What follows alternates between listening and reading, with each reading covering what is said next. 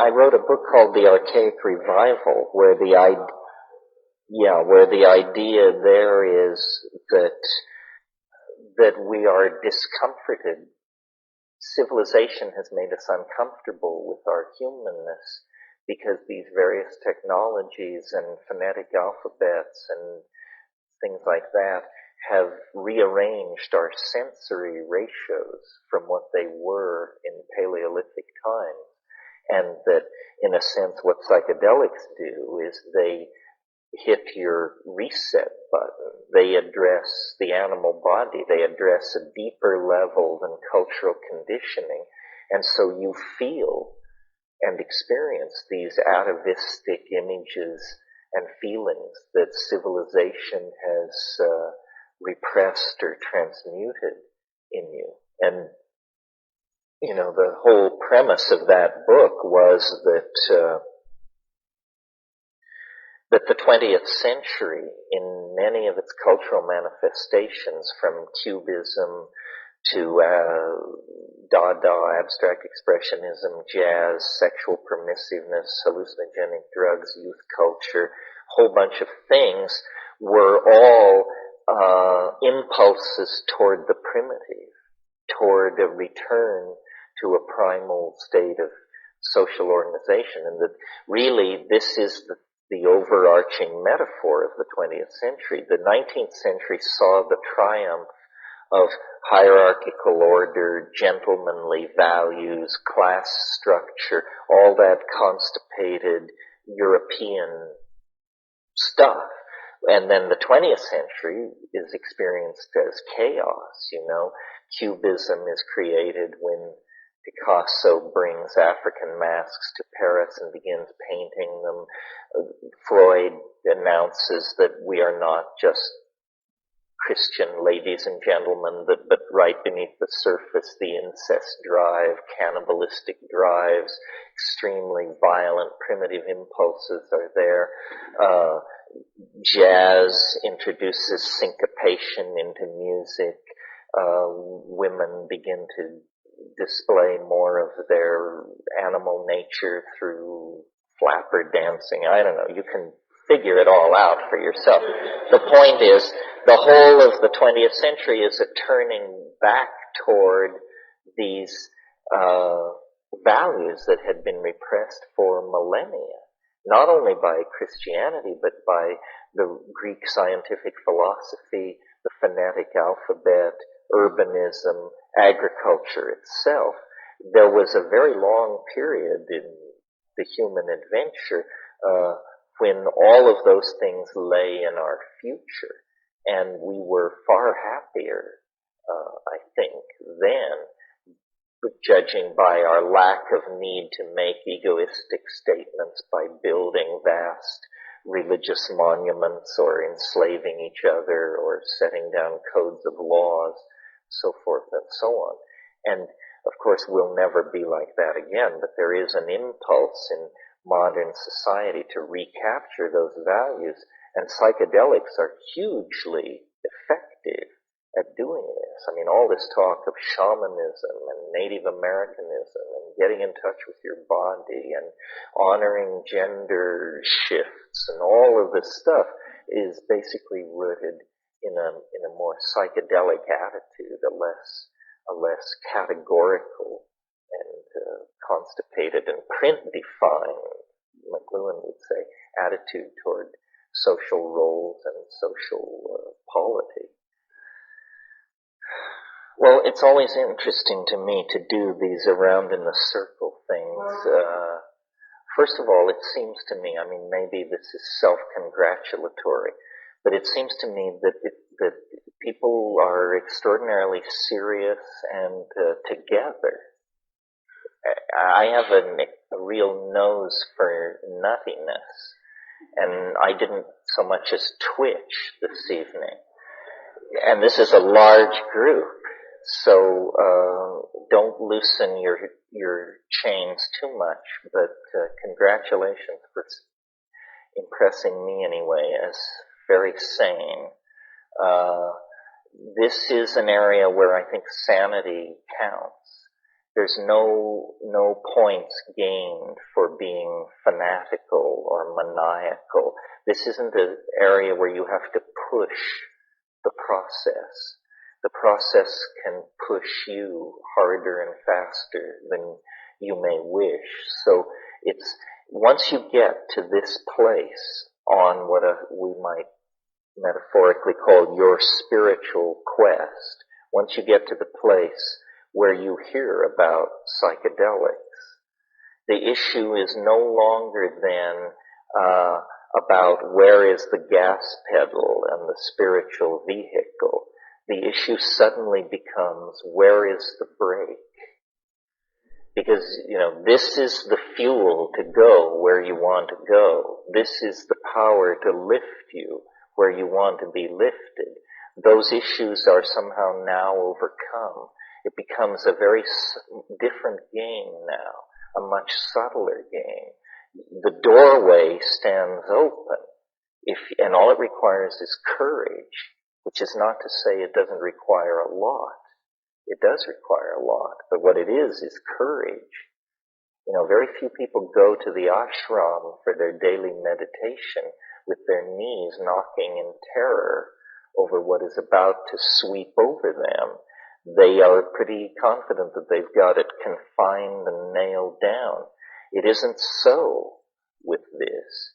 I mean, I've done it many times. There are many people here who've done it many times, and the survivors are not confident.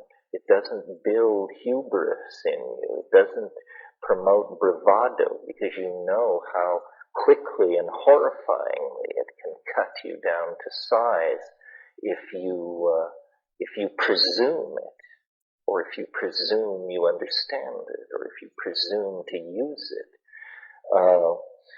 So sometimes the issue of magic and power comes up. I wouldn't get near that. My goal is to see more, to understand more. And what I do on a trip is damn near absolutely nothing. I have 2 or 3 J's rolled in front of me. If I can get through them in the course of the evening, all goals have been met.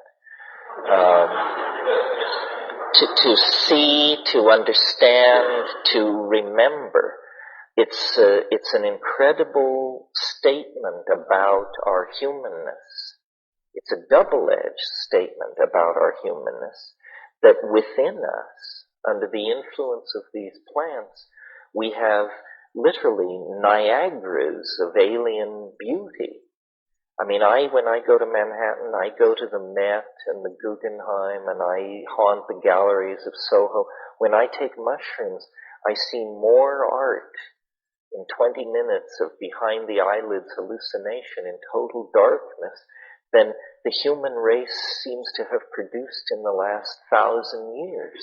Well, so on one level, that's an incredible statement about the human capacity to generate and be in the presence of beauty.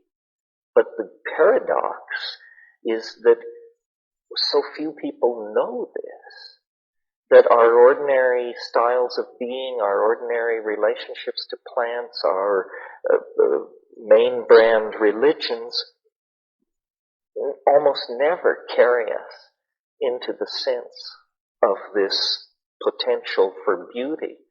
And when I was young, in my early 20s, wandering around India, trying to sort all this out, having taken some psychedelics, but reading yogic texts and Mahayana texts and all this, I discovered in every culture there is what I call wise old man wisdom, or wise old woman wisdom. In every culture at evening, you see sitting on porches men smoking pipes, old men. And these guys know something. They know something about life, how to till the soil, how to raise a family, how to shepherd children through their marriages and so forth and so on. But what I did not find in these cultures was any knowledge of this gratuitous grace. This is like a secret of some sort. And it's a true secret in that telling it does not give it away. I know this because I've been trying to tell the secret for 25 years to anyone who would listen, as you listen tonight. And I don't know how many people hear, at what level people hear me. And there are many problems. First of all, there's the problem of dose. It's a physical problem. You can take a little of a psychedelic substance, or an effective dose, or a lot, or too much, and medically not be in any particular danger. The LD50 of these substances is such, let's take psilocybin as an example. Psilocybin is effective at 15 milligrams for a 145-pound person. But the LD50, the lethal dose, is something like 110 milligrams per kilogram of body weight. In other words, hundreds of times more than a dose that you would swear you were melting down, you were becoming the earth, you would never live to tell the tale. And actually, you're in no medical danger at all. So people have experiences of different dose levels. I've always been interested in what the literature describes as effective doses. What this means is that you're so loaded that a guy standing there with a clipboard looking at you is completely convinced you're totally loaded. You know, all pretense dissolves. At these higher doses, the machinery of phenomenological description begins to come to pieces on you. And in my experience, someone mentioned the difference between mystical experiences and psychedelics. There are enormous similarities and enormous differences. If you study the mystical literature of Hinduism, Christianity, Buddhism, it all triangulates toward unitary states. The Bodhi mind, the white light, the ineffable, the unnameable, the radiance, vocabularies like this, which indicate some kind of homogeneity. Well, in my experience, though when you push LSD, there is something somewhat like that. LSD is not my idea of the paradigmatic hallucinogen. It's different in many ways. Psilocybin is more the paradigmatic hallucinogen, and when you push it, there seems to be not this merging into the radiance, but a revelation of multiplicity, of detail, of complexification within complexification. Everything gives way to everything else. Everything is interconnected to everything else. But the impression is one of an overwhelmingly bewildering profusion of phenomena. And, I've discussed this with lamas and these sorts of people, and they say, well, you're in the realm of samsara. You're in the realm of the multiplicity. Well, perhaps, but the sense of a hierarchy of judgment doesn't feel right. Somehow this all and everything, this teeming multiplistic universe that is revealed, seems to carry a message of ecstatic and transcendental import.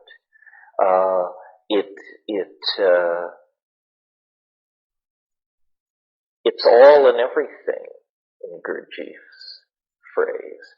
And one of the ideas that I want to explore with you in the course of the weekend is, most discussions of psychedelics orbit around what will it be like when I take it.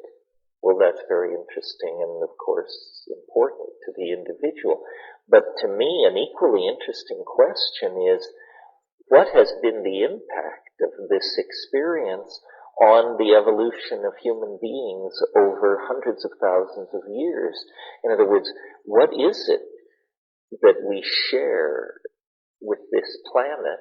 A kind of coevolution, not only with another order of being, which it certainly is, but the great confounding fact that I've brought back from my excursions into these places is that there is an organized intelligence in there, out there, over there, far more alien than the cheerful pro bono proctologists that haunt the trailer courts of the less fortunate.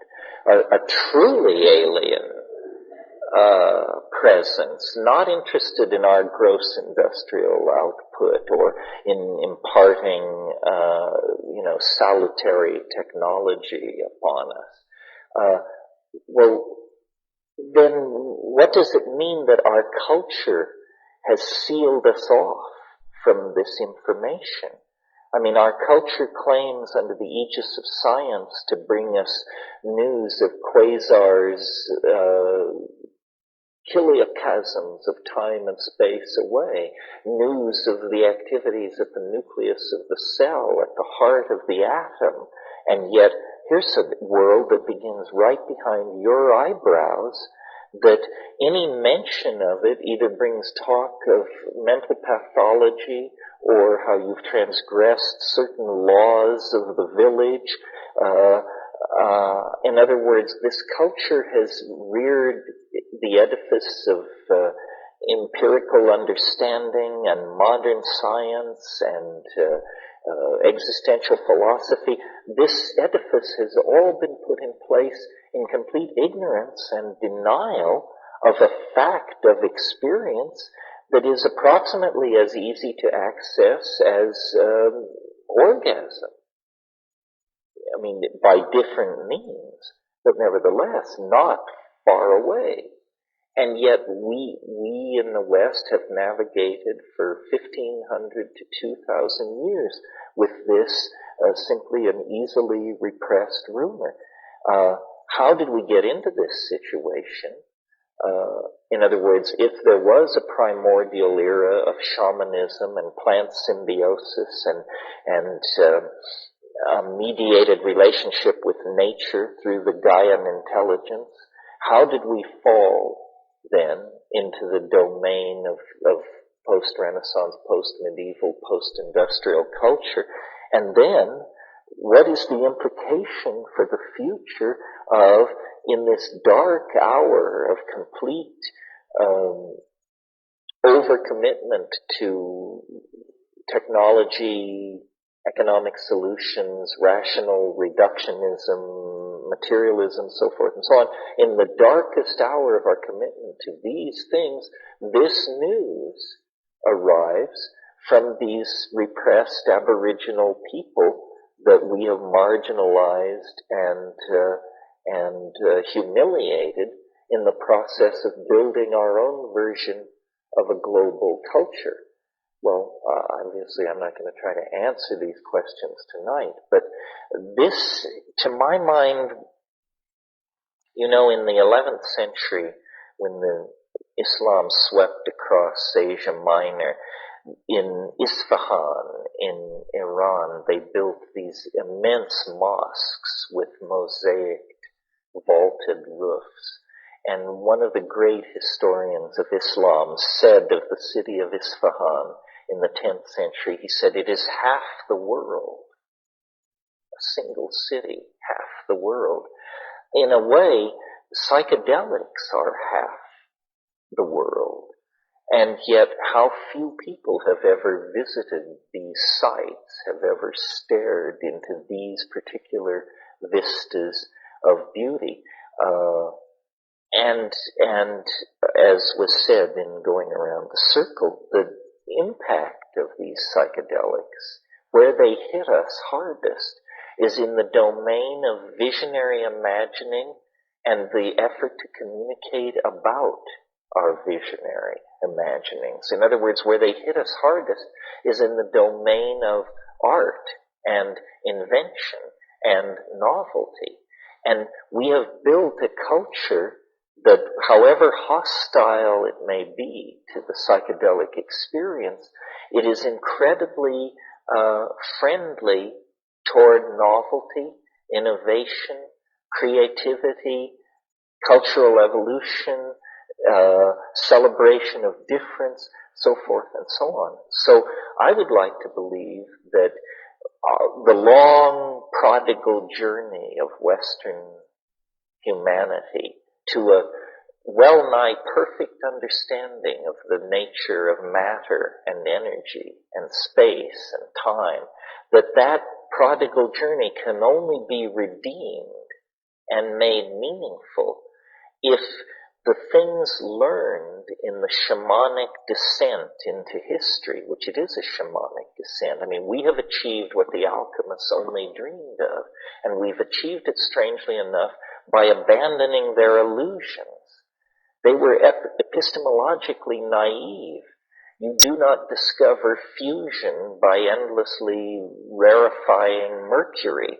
You do not disentangle DNA by heating chemical vessels in horse dung. We had to abandon the naivete of alchemy to achieve its goals, which were mastery of space and time, control of human longevity and health and psychological well-being.